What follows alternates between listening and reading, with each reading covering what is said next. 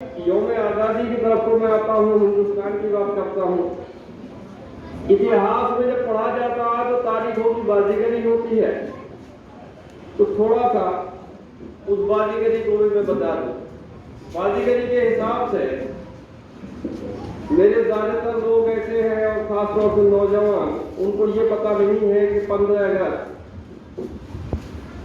क्यों मनाया जाता। आमतौर से 15 अगस्त ही कहते हैं, लेकिन मेरे बेटे अतीब ने बताया कि यौम में आज़ादी भी बोलते हैं, यानी आज़ादी का दिन, और इसे स्वतंत्रता दिवस भी बोलते हैं हिंदी में। अंग्रेजी में इंडिपेंडेंस डे बोलते हैं।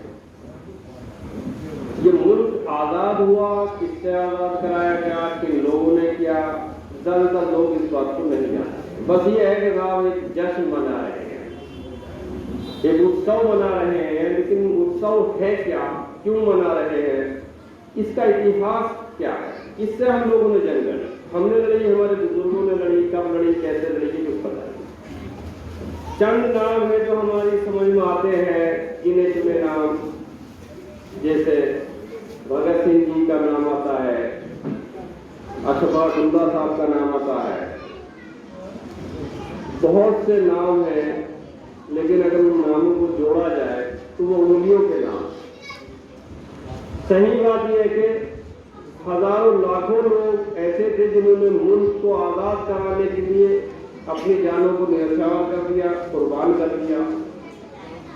उनके अगर आप नाम ढूंढना चाहेंगे तारीखों के पन्नों में, उनके नाम दर्ज नहीं, क्योंकि ये जंग जो लड़ी गई पूरे मुल्क में सभी लोगों ने लड़ी, उन सब के नाम कोई इतिहासकार दर्ज नहीं कर पाता। गिने चुने लोगों के ही नाम आते हैं। इस मुल्क में ज्यादातर लोगों के नाम नहीं थे। अब मैं आपको थोड़ा सा ये बताना चाहूंगा कि मुल्क गुलाम कैसे हुआ, किन लोगों ने इसे गुलाम किया, वो कब आना शुरू हुए, हमारे मुल्क के शासकों से क्या गलतियां हुई कि वो विदेशियों पर विश्वास कर गए, और आखिर ये हुआ कि खामियाजा इतना मुक्ता के मुल्क को गुलाम बनवाना था। इस मुल्क पे कब्जा हुआ अंग्रेजों का, इंग्लैंड वालों का। वो कब्जा शासक के रूप में नहीं हुआ। आपने थोड़ा सा सुना हो ईस्ट इंडिया कंपनी का नाम। ईस्ट इंडिया कंपनी एक व्यापार कंपनी थी जो इंग्लैंड में बनी थी। कुछ व्यापारी लोग हिंदुस्तान में भी अपना व्यापार बढ़ाने के लिए आते थे। उन्होंने कोशिश की, कोशिशों में यहाँ उनके मुकाबले पर सबसे दुर्बल दावेदार जो थे, उनके विरोधी थे, वो अरब के ताजिर थे, अरब के व्यापारी थे।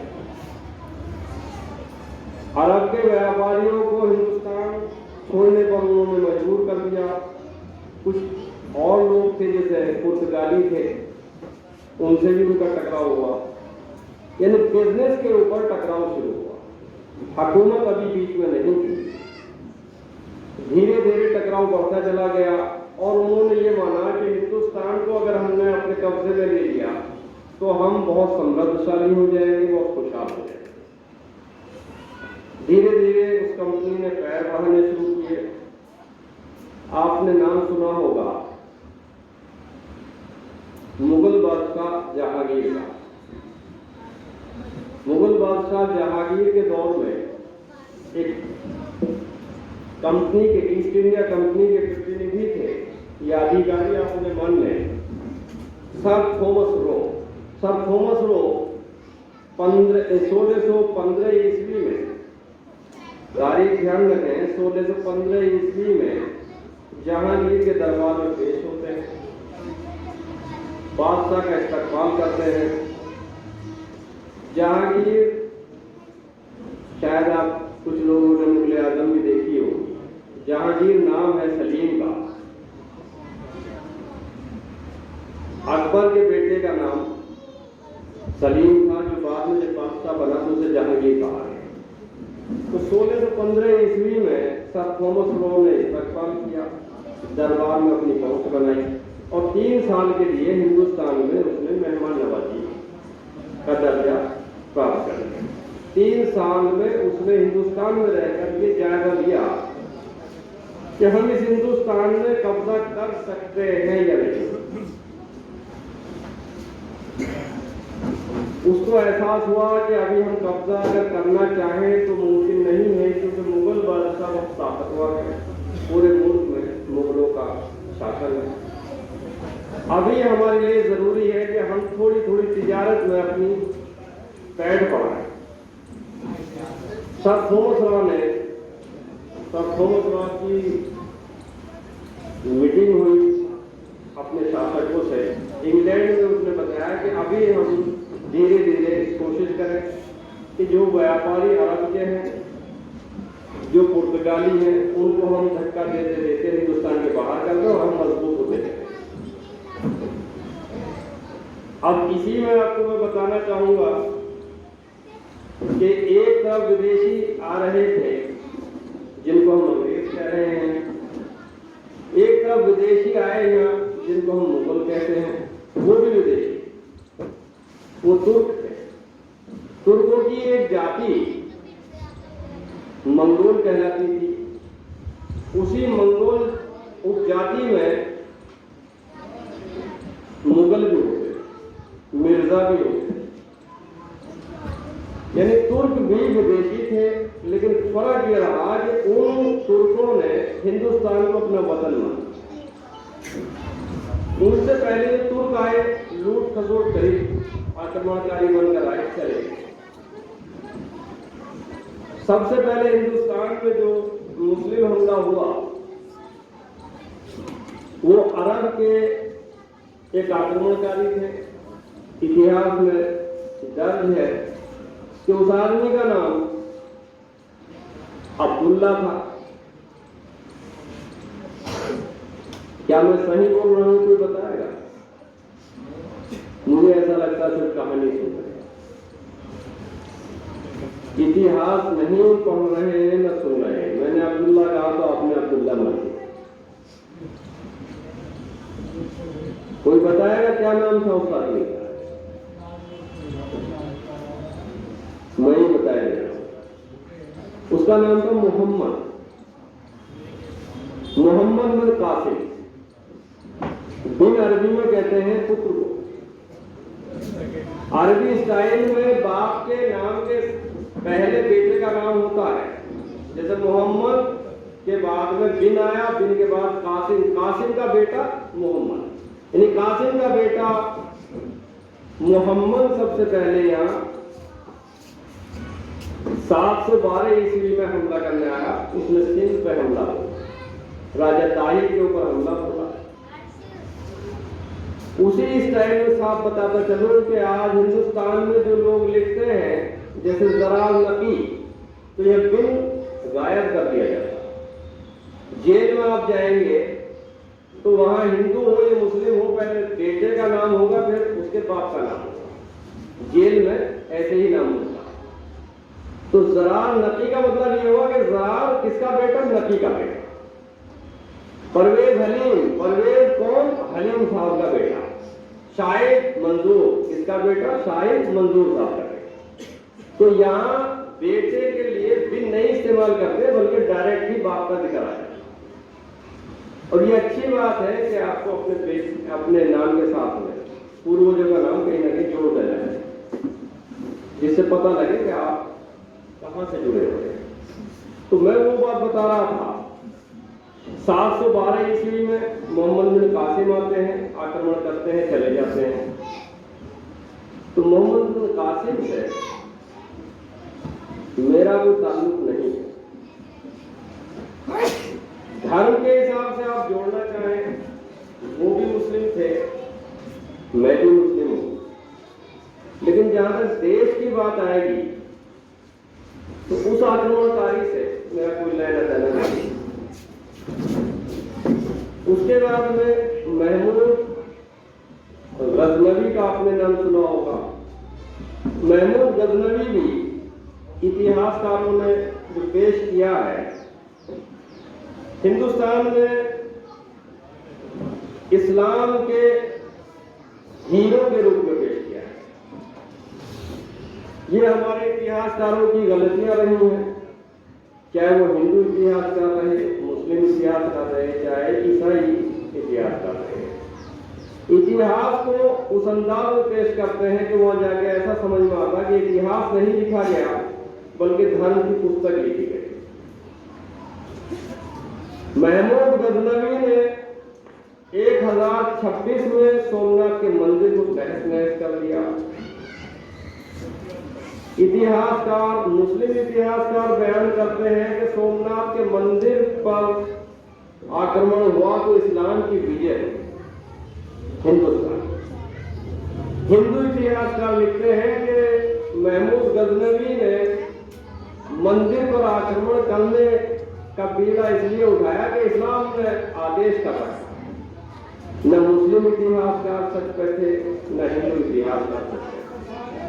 सच में आपको बता, महमूद गजनवी कोई मौलवी नहीं था, महमूद गजनवी कोई पक्का सच्चा ईमान वाला नहीं था, वो एक आक्रमणकारी था।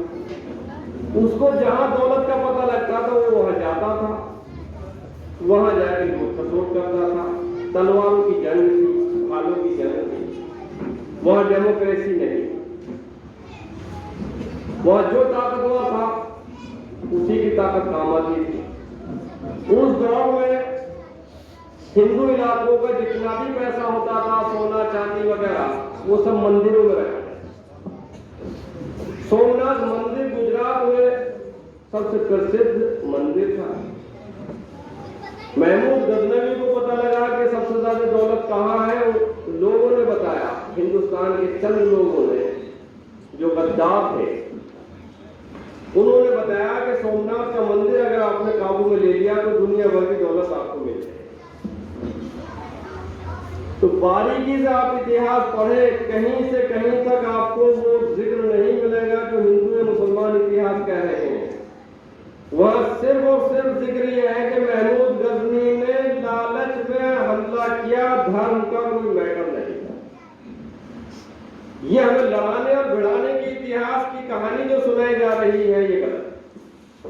वहां महमूद गजनवी ने मंदिर पर इसलिए हमला नहीं किया कि उसे हिंदू धर्म से कोई नफरत, उसे मंदिर से कोई नफरत। उसने हमला इसलिए किया कि वहां दौलत का पता था,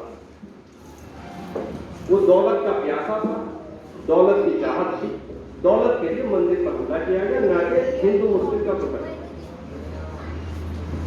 10 से 1026 से आगे चलते हैं तो एक और सूरमा आते हैं हिंदुस्तान में जो विदेशी थे, नाम के मुसलमान थे, जिनके कई नाम है, मुइजुद्दीन भी नाम है, शहाबुद्दीन भी नाम है, आमतौर से मोहम्मद गौरी के नाम से मशहूर है।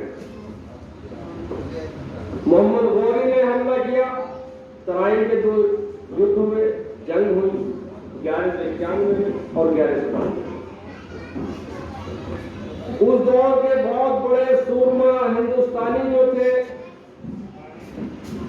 मैं यहां ये कहना चाहूंगा कि वो हिंदुस्तानी थे, हिंदू मुस्लिम की मैं बात करता हूं।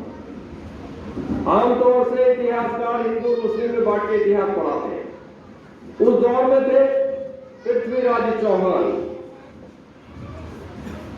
पृथ्वीराज चौहान हिंदुस्तान के बहादुर शासक थे।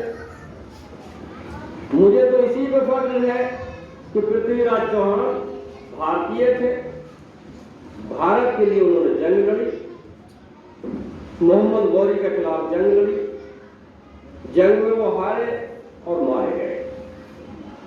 लेकिन वहां तक का इतिहास जब मैं आपको बता रहा हूं, वहां ना तो भारतीयता का इतिहास शुरू हुआ था, न हिंदू मुस्लिम का इतिहास शुरू हुआ।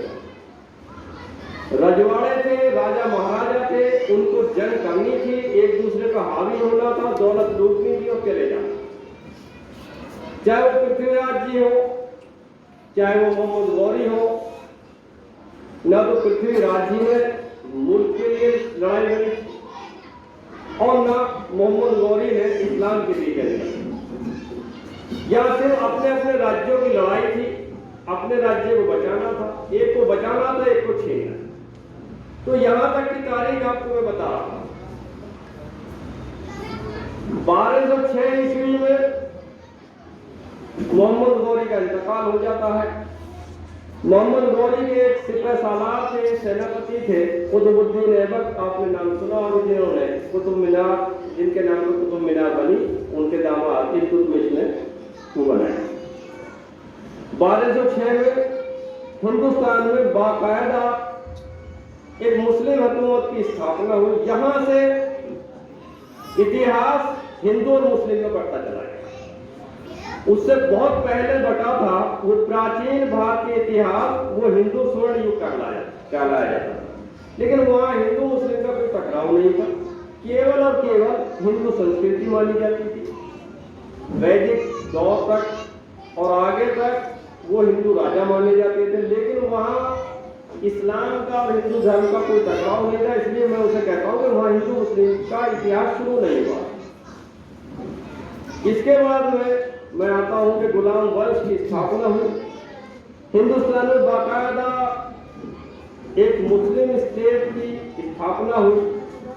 यहां मैं आपको बताना चाहूंगा, इस्लाम की नहीं बल्कि मुसलमान। इस्लाम कभी हिंदुस्तान में स्थापित नहीं किया है। यहां मुसलमान शासकों ने मुस्लिम राज्य स्थापित किए। इस्लाम का कभी न लेना देना था, न आज है।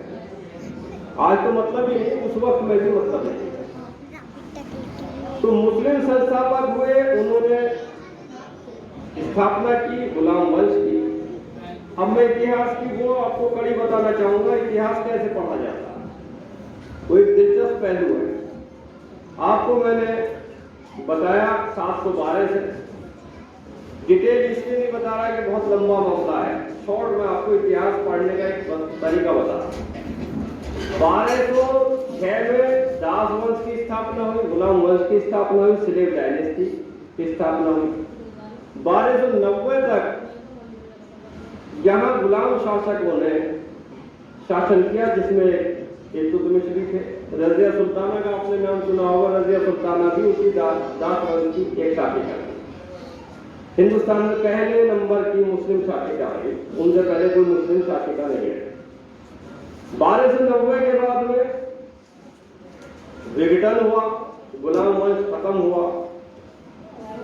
क्योंकि पहले से कहते हुए आते हैं कि जो आया हो गया, जिसका उत्थान हुआ उसका पतन जरूर होगा।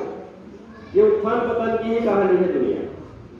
1290 से फिर यहां खिलजी वंश आया। आपने सुना होगा खिलजी, फिर अलाउद्दीन खिलजी वगैरह, खिलजी वंश हुआ। खिलजी वंश 1290 से 1320 तक रहा। ये ईस्वी बता रहा हूं। 1320 से फिर एक और खानदान आया जो हुकूमत में आया, वो तुगलक कहलाता है। आपने सुना होगा मोहम्मद बिन तुगलक। इस हिंदुस्तान का सबसे काबिल बादशाह मुस्लिम बादशाहों में अगर रहा, जिसको उस टाइम सुल्तान बोलते थे, तो वो मोहम्मद बिन तुगलक रहा। लेकिन इत्तेफाक देखिए, इतिहासकारों ने उसे दुनिया का सबसे बेअकल इंसान बताया। एक इतिहासकार लिखते हैं, मॉडर्न इतिहासकार है, आधुनिक इतिहासकार, उनको लिखते हैं कि मोहम्मद बिन तुगलक अपने दौर से कई सदी आगे की सोचने वाला बादशाह था, और उसकी सदी के लोग उससे कई सदी पीछे की सोचने वाले। और उसका मैं आपको बयान भी बताऊंगा। आज कागज का टुकड़ा मुद्रा बना हुआ है, डॉलर बना हुआ है, नोट बना हुआ है। आज हम 21वीं सदी में है। कोई 21वीं भी कह सकता, 22वीं भी कह सकता, क्योंकि 21वीं खत्म होने के बाद आज कागज का टुकड़ा हमें अचंभे में नहीं डालता। लेकिन उस बेचारे ने 1325 में अगर ये कह दिया, 1325 से 30 के बीच में ये कह दिया कि ये जो सोना चांदी आप सिक्कों की शक्ल में पेश कर रहे हैं, इनको आप जेवर रहने दीजिएगा, इनकी जगह तांबे के सिक्के बना लीजिए। तो तांबे से सिक्के चल जाएंगे, वो तो सरकारी है, जिस पे मोहर लगेगी वही सरकारी हो जाएगी मुद्रा, ये सोना चांदी बच जाएगा।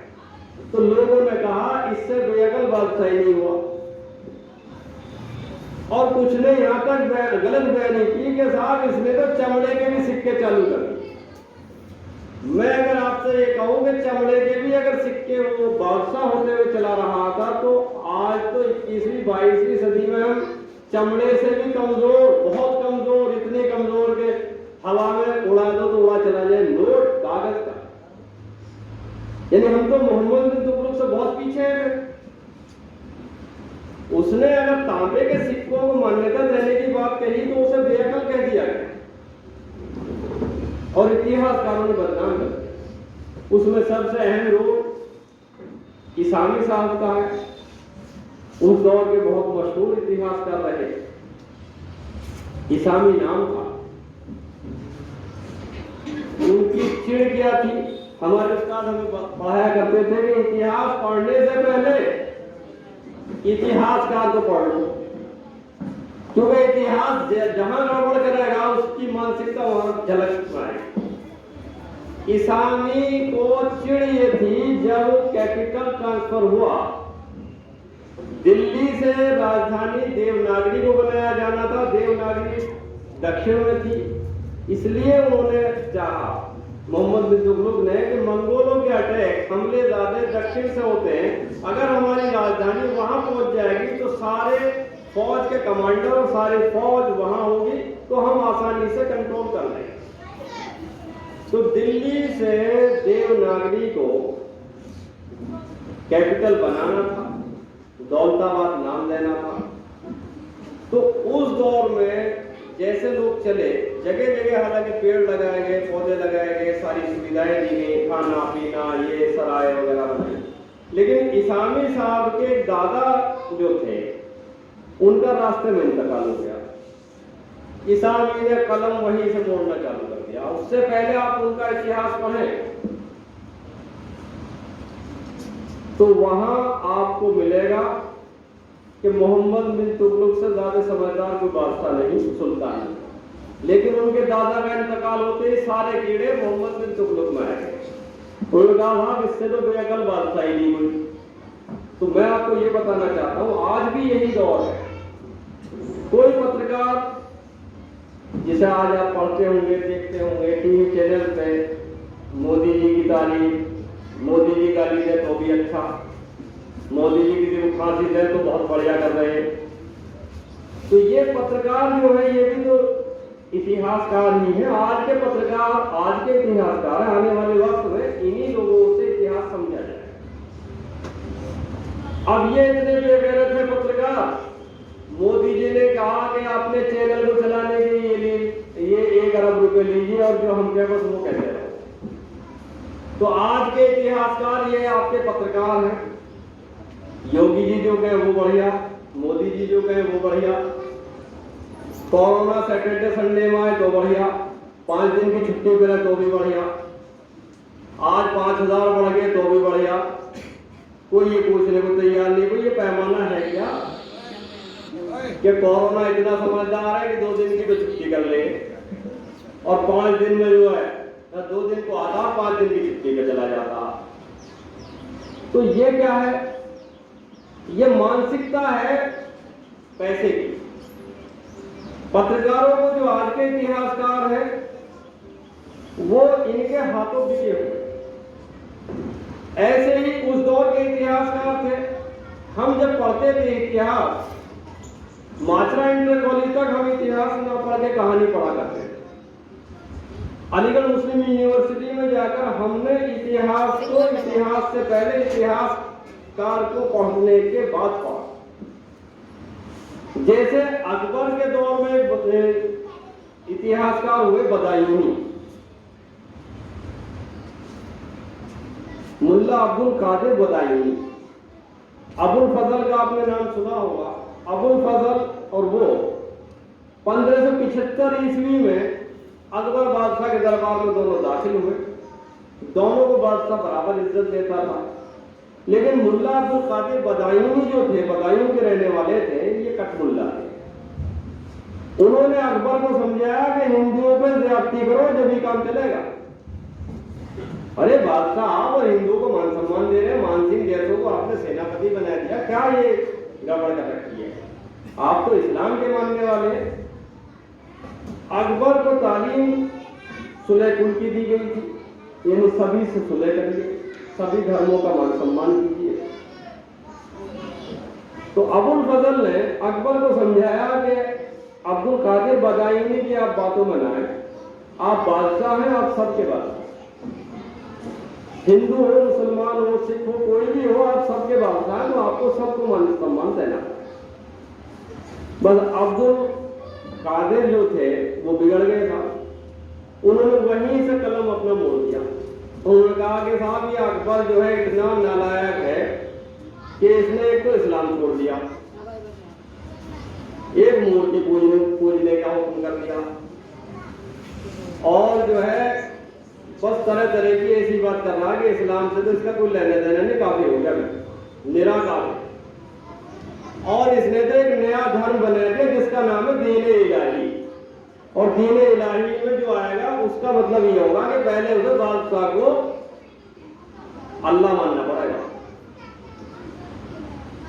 ये सब बेबुनियादी बातें मुल्ला अब्दुल कादिर बदायूनी ने मुंतखब तवारीख में दिया, जो बिल्कुल सिरे से है, क्योंकि हर दौर की तारीख एक दूसरे का मुकाबला करती है।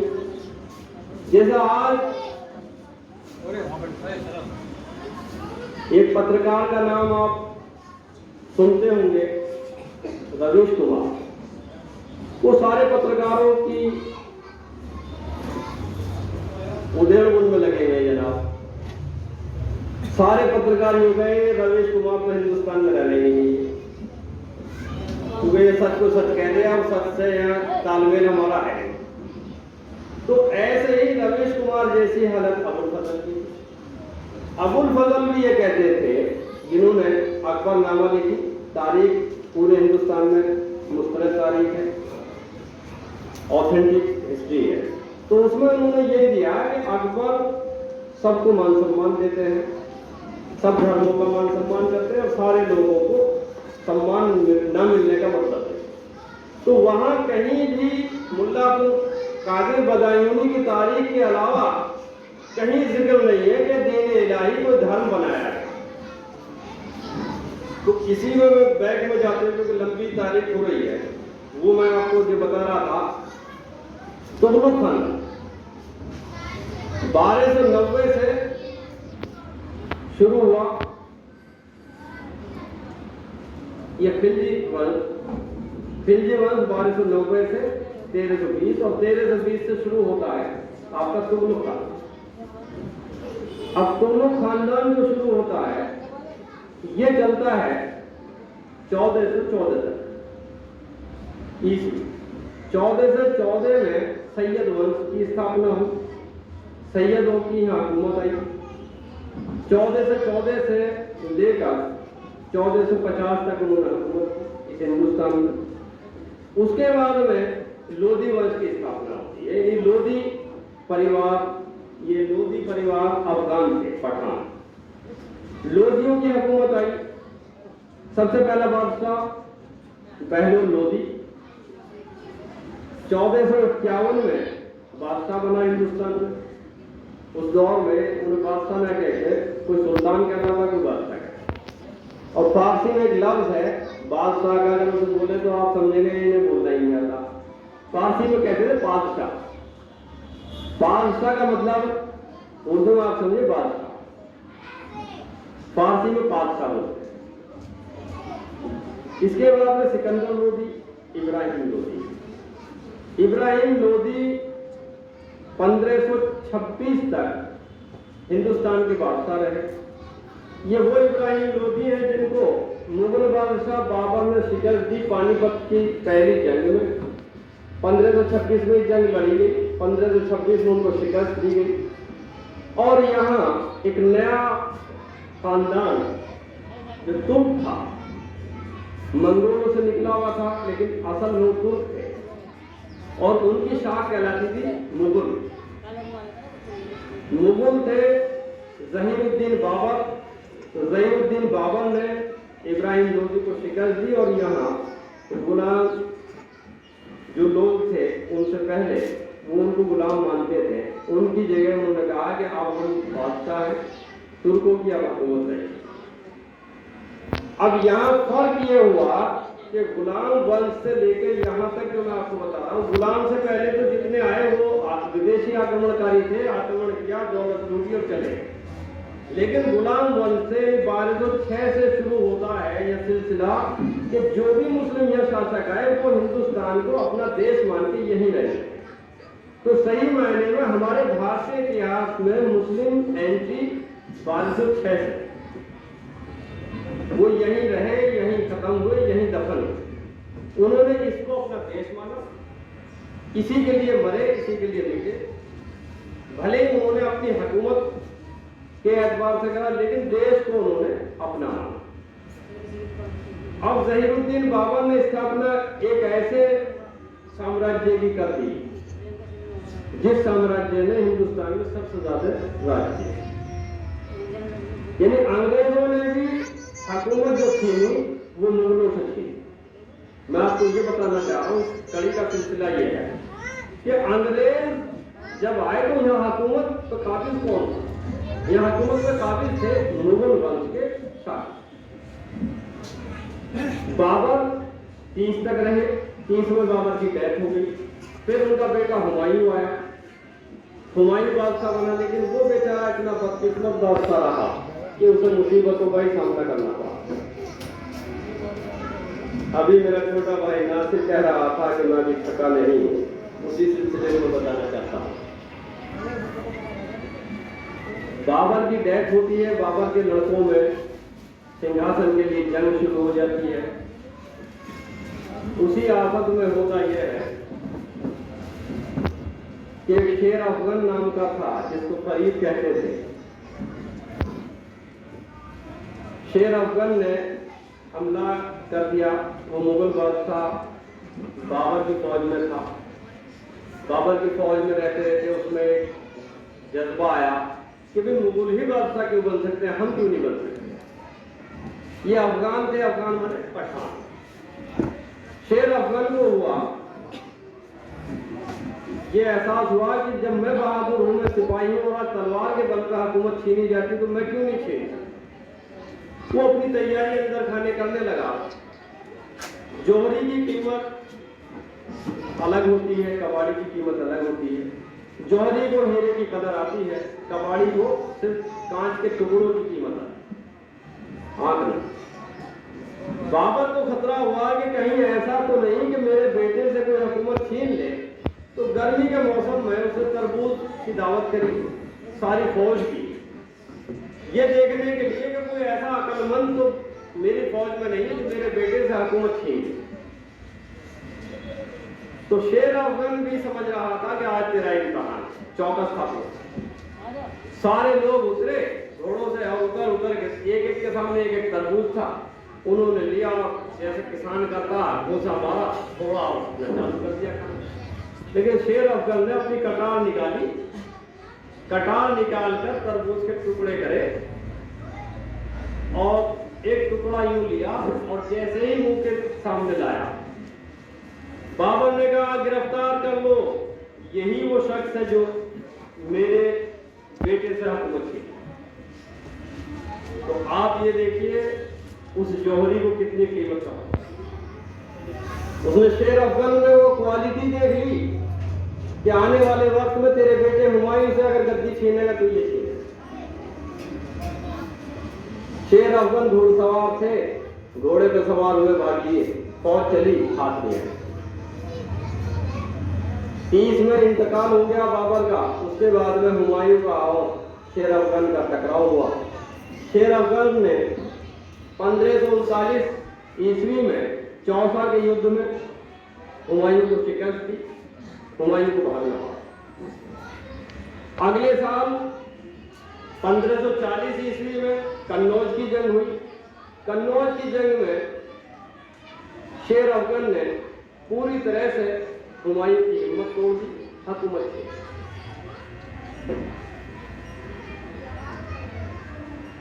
एक तरफ तो हुकूमत छीनी, दूसरी तरफ बाबर के बेटे, उसके भाई उसके दुश्मन बने हुए थे। हुमायूं बेचारा दर दर की ठोकरें खाता फिर रहा था। मैं इस पर विशेष ध्यान देने को आपको कहूँगा, मेरे यहाँ नौजवान भी बैठे हैं। मैं अक्सर कहता हूँ हिम्मत मर्दा मदद खुदा, कैसे भी हालात हो हिम्मत नहीं हारनी है। यही तारीख हमें पढ़ाती है। हुमायूं दर दर की ठोकरें खा रहा था। उस वक्त में कोई इतिहासकार ये नहीं समझ पा रहा था कि इसकी बीवी की कोख से ऐसा बेटा पैदा होगा जो पूरे हिंदुस्तान का बादशाह। उस टाइम तक मुगल एक दिल्ली के आसपास के छोटे से हिस्से के बादशाह हुआ। 23 नवंबर 1542 को ऊपरकोट नाम की जगह में हुमायूं की बीवी को एक बेटा अकबर के नाम का पैदा हुआ। 23 नवंबर 1542। आप सन का ध्यान रखें। शेर अफजल की डेथ हुई 1545 में, यानी अकबर की पैदाइश के 3 साल बाद। लेकिन हुकूमत से बेदखल थे अकबर के बाप हुमायूं, तो मुसीबत का दौर था। और भाई इतने खतरनाक थे कि एक बार तो अकबर का भी किडनैप कर लिया और उसे तोप के सामने रख के हुमायूं से कहा या तो सरेंडर कर देना, तेरे बेटे को तोप सवार। ऐसे हमदर्द थे सगे हो। ऐसे हालात में आदमी की हिम्मत टूटेगी या बनेगी आप। लेकिन हुमायूं ने अपनी हिम्मत को बरकरार रखा, मेहनत करते रहे। 10 साल यानी 45 में जैसे डेथ होती है शेर अफजल की, 10 साल उसके वंशजों ने हुकूमत की। हुमायूं बराबर जद्दोजहद करते रहे और जैसे ही उसके वंशज शेर अफजल के कमजोर पड़े, हुमायूं ने अपनी ताकत बढ़ाई, ताकत बढ़ाने में लगे रहे। पूरे 15 साल के अंदर हुमायूं ने फिर हुकूमत का कब्जा किया। आप समझ सकते हैं 15 साल का वक्फा कितना लंबा वक्फा। 15 साल तक उसने मुसलसल मेहनत की, अपनी फौज तैयार की, हिम्मत नहीं आई। हुकूमत हासिल की और हुकूमत हासिल करने के बाद में उसी साल हुमायूं का इंतकाल। हुमायूं के 2 बेटे थे।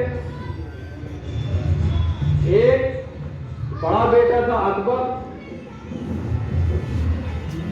और दूसरा बेटा जो था उसकी सौतेली मां से था, उसका नाम था हकीम। तो अकबर ने वो दौर देखा, उस दौर में आप समझ सकते हैं अच्छा हुआ ये हुआ नहीं, ये बच्चे सुनने देते। अकबर उस दौर में सोच नहीं सकता था कि तू मुल्क का ऐसा बादशाह बनेगा जिसका राज पूरे मुल्क में हो। अकबर की उम्र उस टाइम तकरीबन 14 साल थी। उसके सेनापति बैरम था, देखभाल में थे। तो अकबर एक यतीम था और ऐसा यतीम था जिसे मुसीबतों का सामना करना पड़ा। लेकिन समाज को, दुनिया को ये पता नहीं था कि ये आने वाले वक्त में कितना बड़ा बादशाह। वही अकबर 50 साल इस पूरे मुल्क का बादशाह, 50 साल।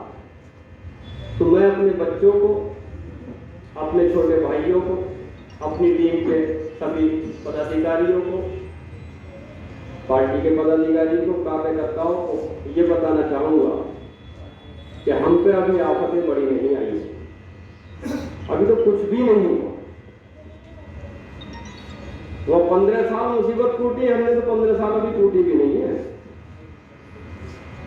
तो वक्त देखिए आप, हिम्मत मत हारिएगा। वो कहते हैं कि हर रात के बाद एक सवेरा होता है। दुश्मन कहां कहां प्लानिंग कर रहे हैं, आपकी भी निगाह है, मेरी भी निगाह है, लेकिन रब हमारे साथ है, आपको घबराने की जरूरत नहीं है। तो फिर उसी तारीख के पन्ने को मैं पढ़ दूं तो वो बादशाह ऐसा बादशाह हुआ कि उसने यहाँ एक राष्ट्रीय हुकूमत कायम।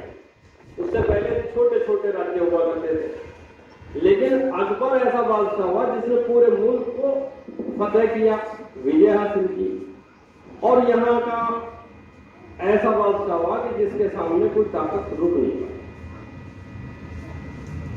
अकबर ने 50 साल हुकूमत की।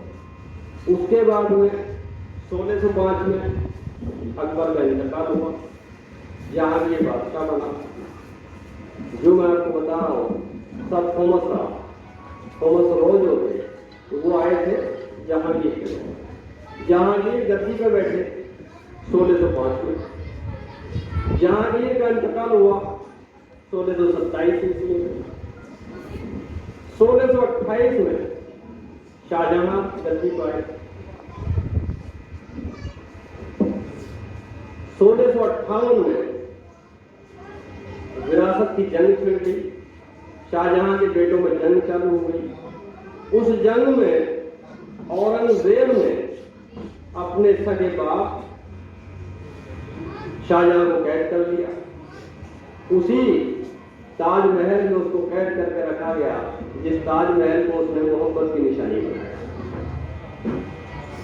हमारे अक्सर कम पढ़े लिखे लोग, खासतौर से उलेमाए किराम में जो कम पढ़े लिखे लोग हैं, वो अकबर को कहते हैं कि साहब बड़े अल्लाह वाले, वली अल्लाह। मैं सवाल उनसे करना चाहता हूँ इस स्टेज के माध्यम से कि आप इतिहास पढ़ना सीखें। वलीउल्लाह कभी भी, यानी अल्लाह का दोस्त, कभी अपने बाप को कैद नहीं करता। अल्लाह का वली कभी अपने भाइयों का कत्ल नहीं करा।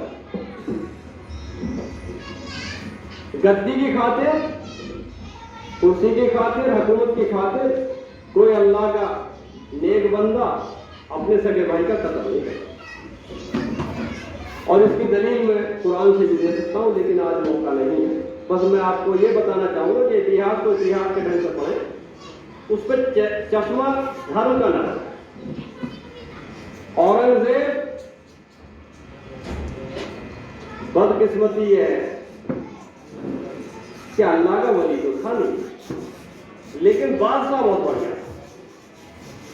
मैं हुकूमत की बात, देखिए हुकूमतें लाशों के ढेर पर पैर रख के हासिल होती हैं।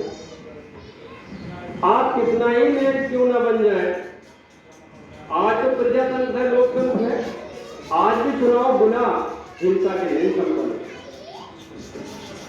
आप ये कह सकते हैं कि आज वोटिंग सिस्टम है, कोई खराबा नहीं है। मैं ये कहता हूं कि आप चश्मा साफ करें। कौन सा प्रदेश ऐसा जहां हिंसा नहीं होती चुनाव, जहां आदमी नहीं मारे जाते, जहां कत्लो गारत नहीं होती? तो सत्ता तो बिना खून के मिलती ही नहीं।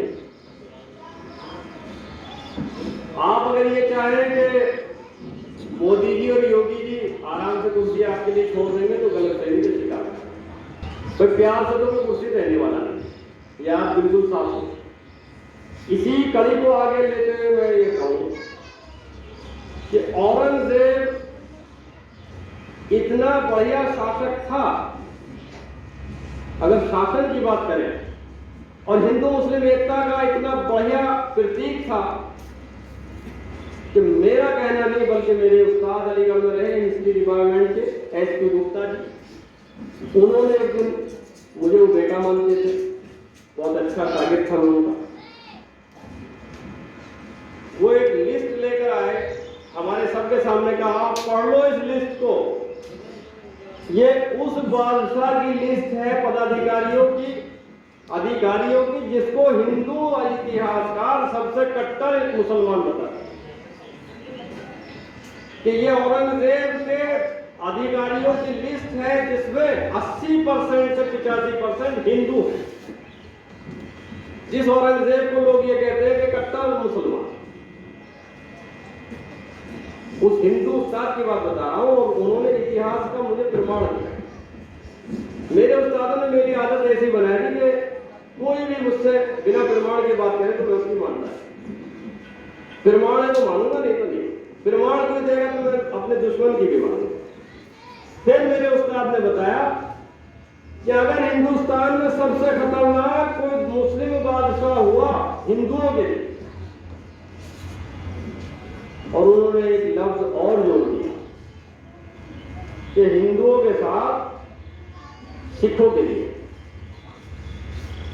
वो था अकबर बादशाह। बस फर्क क्या था, उसने जहर ऐसा मीठा दिया जिसका असर देर से हुआ, लोगों को यह पता नहीं लगा जहर दिया किसने और मरे हम कैसे। फिर उन्होंने बताया कि इसकी मिसाल देता हूं। राजस्थान राजपूताना था, राजपूत यहाँ के शूरवीर थे, ठाकुर थे, बादशाह थे, लेकिन आपस में टकराव। तो जब अकबर बादशाह ने यह देखा कि यहाँ अकबर के नाम पे देश नहीं जीता जा सकता, राजस्थान को नहीं जीता जा सकता, राजपूताना नहीं जीता जा सकता, तो आपने अपने साले मान सिंह को सिपह सालार बनाया। जोधा भाई के भाई मान सिंह, राजा खारमल के बेटे मान सिंह को सिपह सालार बनाया और कहा जाइए राजपूतों से कहिए, बादशाहों से और राजपूत जो शासक उनसे कहिए कि अकबर का शासन कबूल कर ले। तो राजपूत राजा जो थे उन्होंने कहा हम नहीं जानते कौन अकबर है, हम जंग के लिए तैयार। मान सिंह आते हैं, मान सिंह ने कहा कि बादशाह सलामत, उन्होंने तो ऐसा कह दिया। तो अकबर ने क्या कहा उसे आप सुनिए। ये कूटनीति होती है, राजनीति जिसे बोलते हैं। अकबर ने कहा मुझे ये बर्दाश्त नहीं कि कोई मान सिंह का अपमान करे, उनकी ईंट से ईंट बजाए। मान सिंह के साथ जो राजपूत थे वो ये भूल गए कि अकबर तो हमें आपस में बढ़ता, आपस में टकराव पैदा कर रहा है, हमें आपस में कत्ल गरज की दावत दे रहा है। बस वो बेचारे भोले भाले राजपूत, उन्होंने कहा अरे कितना बढ़िया बादशाह है, यानी हमारे लिए जंग कर रहा है, ठीक है मारो देगा। उन्हीं राजपूतों ने अपनी नस्ल बर्बाद कर दी, राजपूतों को मार मार के खदेड़ दिया और बादशाह अकबर की हुकूमत मुसल्लत कर दी। महाराणा प्रताप जैसों को जंगलों में घास की रोटियां खानी पड़ी, किसकी बदौलत? मान सिंह जैसों की। अगर अकबर बादशाह ये चाहता कि अकबर की हुकूमत कबूल करो, यहां के राजपूत कभी तैयार ना हो, तो खतरनाक कौन हुआ? हिंदुओं के लिए खतरनाक औरंगजेब नहीं हुआ, खतरनाक तो अकबर हुआ। आप मैं जो सन बता रहा हूं इसलिए आपको बता रहा हूं। अकबर सिंहासन में बैठता है 1555 में, औरंगजेब बादशाह बनता है 1558, तो 1658। कितना अंतर आ गया? आप इस पर गौर करें, एक सदी से ऊपर का। अगर बादशाह अकबर की वो कूटनीति न होती तो मुगल साम्राज्य तो अकबर पे ही खत्म हो रहा, लेकिन उस कूटनीति की वजह से वो बादशाह कब तक चली? 1857 तक। यानी पहला गदर जो हुआ उसमें बहादुर शाह जफर आखिरी मुगल बादशाह, नाम के बादशाह रह गए थे लेकिन मुगल बादशाह थे, आखिरी बादशाह थे बहादुर शाह जफर। 1857 में से आप घटा लीजिएगा 1555, कितनी सदियों का अंतर? ये आप अंतर समझे। तो कूटनीति मेन नीति होती है, इसीलिए अल्लाह के रसूल सल्लल्लाहु अलैहि वसल्लम ने अरबी में कहा है, जिसको हदीस बोला जाता है। उससे पहले मैं अरबी में बताऊंगा, फिर उसका आपको बताऊंगा। उसमें दिया है ला अक्लू का तदबीर, यानी कोई अकल इतनी बेहतर नहीं है जितनी कि रणनीति यानी तदबीर। नबी ने मुसलमानों को नहीं पूरी दुनिया को यह बताया कि जिसने रणनीति बना ली उससे अकलमंद कोई इंसान हो ही नहीं सकता। आज भी आप अखबारों में पढ़ते होंगे, टीवी पर देखते होंगे कि फला पार्टी अपनी आगे की चुनाव की रणनीति बना रही है, तदबीर तैयार कर रही है।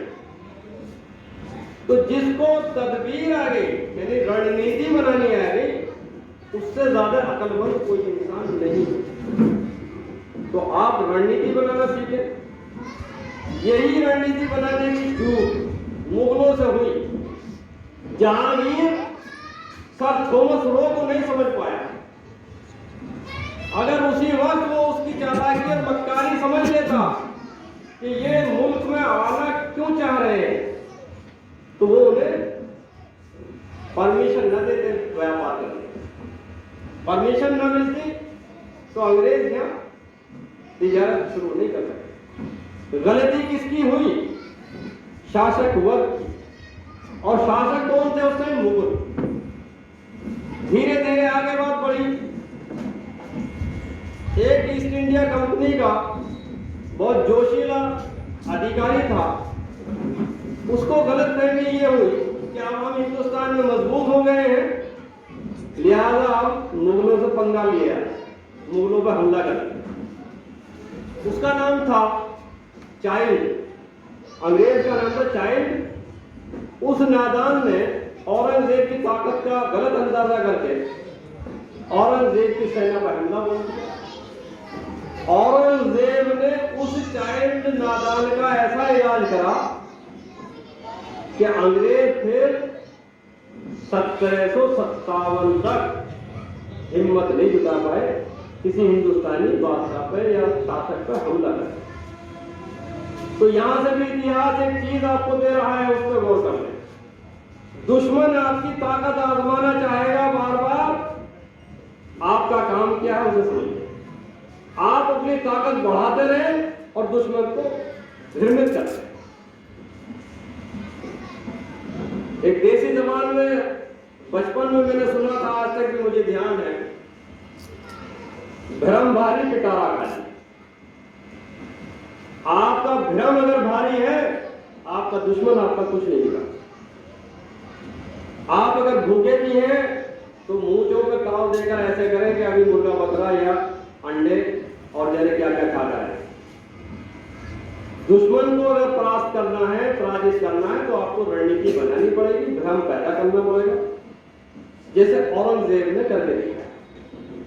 औरंगजेब ने अंग्रेजों का भ्रम तोड़ दिया, उस चाइल्ड को शिकस्त दी, और यह शिकस्त 1700 से पहले की थी। और अंग्रेजों ने फिर अपनी ताकत बढ़ानी शुरू की। गलती है ये हुई, औरंगजेब के बाद निकम्मे लोग शासक बने। औरंगजेब का इंतकाल 1707 में हो गया। उसके बाद मुगल साम्राज्य छिन्न होने लगा। नाम के लिए बादशाह थे लेकिन दम नहीं।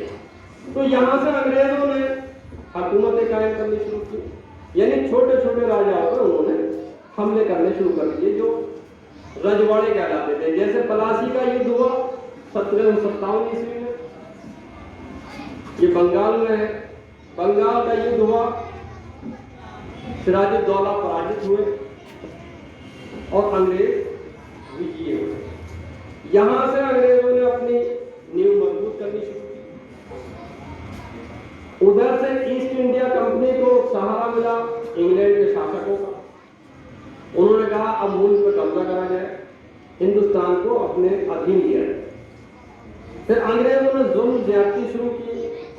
धीरे धीरे जंगें होती रही और वो जंगें पूरे मुल्क में फैलती गई, कहीं पश्चिम बंगाल में, तो कहीं बिहार में, कहीं दिल्ली के आसपास और कहीं कर्नाटक में जाएगा।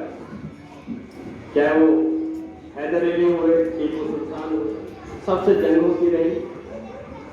जंग होने के बाद में जब टीपू सुल्तान का वध हुआ पराजय के बाद में, तो कुछ ब्राह्मण औरतें, क्योंकि उधर आपकी साड़ी पहनी जाती है, उस टाइम की साड़ी पहनी जाती है, कुछ ब्राह्मण औरतें रोती चीखती और अपनी साड़ियों को फाड़ती और छातियों पर हाथ मारते हुए चिल्लाती जा रही थी कि आज हमारा भाई नहीं रहा, टीपू सुल्तान नहीं रहा, दुश्मनों ने उसे कत्ल कर दिया।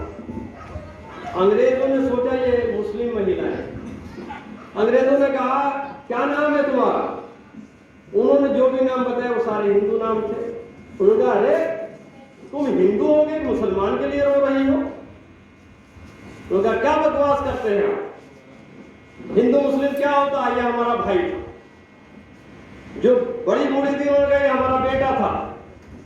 अंग्रेजों ने उसी वक्त कहा कि इस काम को अभी शुरू कर दो, नहीं तो मुल्क तुम्हें भागना पड़ेगा। वो काम किया था कि हिंदू मुस्लिम एकता को चीर दो, हिंदू को मुस्लिम से भिड़ा दो, मुस्लिम को हिंदू से भिड़ा दो, मुल्क को बर्बाद कर। वहीं से स्कीम शुरू हुई। 1857 में बहुत कोशिश की गई, लेकिन 1857 में हिंदू मुस्लिम सिख ईसाई सारे एकजुट होकर अंग्रेजों के खिलाफ लड़े।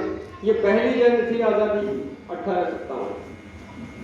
अंग्रेजों ने देखा कि अभी कामयाबी नहीं मिल रही, हम इन्हें एक दूसरे से जुड़वा नहीं पाए। तब हिंदू मुस्लिम फिसाद बढ़ाए गए। कुछ मौलवियों को किराए पे लिया गया, कुछ पंडितों को किराए पे लिया गया, भड़काऊ बयान दिए गए, भड़काऊ बयान बढ़ते चले गए, संगठन बढ़ाते चले गए। वो संगठन ऐसे बढ़े कि अभी आपने सुना राष्ट्रपिता महात्मा गांधी के कातिल नाथूराम गोडसे को भी देवता का दर्जा देने की कोशिश है। आरएसएस के और बीजेपी के लोग नाथूराम गोडसे को शहीद का दर्जा देना चाहते हैं। जहां सोच इतनी गलत हो जाए कि हमारे राष्ट्रपिता के कातिल को भी देवता बताना चाहते हो, ये शहीद का दर्जा देना चाहते हो, तो आप बताइए गुंजाइश कहां रहे? वो राष्ट्रपिता जिसने हिंदू मुस्लिम एकता के लिए अपनी जान कुर्बान कर दी, मुल्क आजाद होने के अगले साल ही उसका वध कर दिया गया। और नाथूराम गोडसे जो चिढ़ क्या थी वो आप सुन रहे। नाथूराम गोडसे को चिढ़ ये थी कि महात्मा मुसलमानों को सपोर्ट कर रहा, इसे तो हिंदुओं का साथ देना है। महात्मा गांधी ने कहा कि हम सब हिंदुस्तानी हैं, हमें एक दूसरे से प्यार करना होगा, आज नहीं तो कल। मुल्क आजाद ऐसे नहीं हुआ जैसे हम और आप यहां बैठकर ताली बजा रहे हैं। मैंने फिर आपसे वही कहा, इतिहास पढ़ने चलेंगे तो आंखों में आंसू लाने पड़ेंगे। मुल्क आजाद हुआ, संघर्ष हुआ। इतिहास में मैंने ऐसे ऐसे सेंटेंस पढ़े कि मुझे कभी कभी किताब आंखों से हटानी पड़ती। जैसे एक वाकया मैंने पढ़ा 1857 के गदर में कुछ हिंदुस्तानी दीवाने, आजादी के दीवाने गिरफ्तार कर लिए गए। उन सबको रस्सियों से बांध के तोपों के मुहाने पर लगाया गया। एक आदमी को एक तोप के मुहाने पर लगाया गया और आदेश दिया गया कि जब आदेश हो सारी तोप एक साथ चलाई जाए। और तोपों में गोले डाले गए तो हमारे बुजुर्गों को तोपों से उड़ा दिया गया, उनके चीथड़े उड़ा दिए गए। तोप के मुहाने पे, एक तोप के मुहाने पे एक शहीद और सैकड़ों की तादाद में तोपें लगी हुई थी। जिस टाइम एक साथ गोले बरसाए गए, इतिहास में दर्ज है कि मांस के टुकड़े हवा में बिखर गए। लोगों, हमारे बुजुर्गों ने ये कुर्बानियां दी, उन कुर्बानियों की वजह से आज आप और हम आजाद मुल्क में हैं। और हम कहते हैं कोई हिंदू था, कोई मुसलमान था, कोई सिख था, कोई ईसाई। उनकी लिस्ट आप पढ़ के देख लीजिएगा, सारे समाज के लोग थे जिनको तोपों के सामने उड़ा दिया। वो हम सारे हिंदुस्तानी थे, हम उनकी नस्लें हैं, हम उनको नमन करते हैं।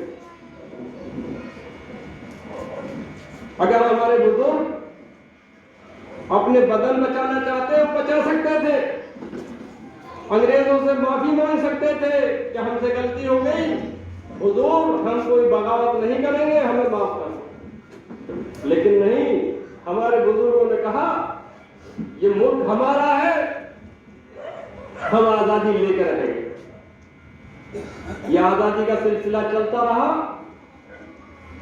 और फिर ये खूनी संघर्ष अंग्रेजों की वजह से हिंदू मुस्लिम संघर्ष में तब्दील हो गया।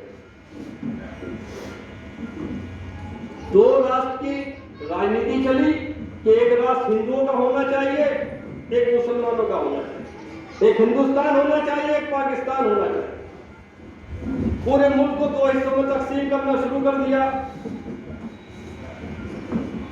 14 अगस्त को ऐलान कर दिया गया कि पाकिस्तान आजाद हो गया। 15 अगस्त को ऐलान कर दिया गया कि हिंदुस्तान आजाद हो गया। लेकिन उससे पहले तारीखों के पन्ने में आप पढ़िएगा, पूरे मुल्क में गदर, हिंदू मुसलमान का खून बहा रहा था, मुसलमान हिंदू का खून बहा रहा था, सिख हो ईसाई हो सब आपस में भिड़े हुए थे, एक दूसरे के खून के प्यासे थे। मुल्क आजाद हुआ, लेकिन हमने अपनों को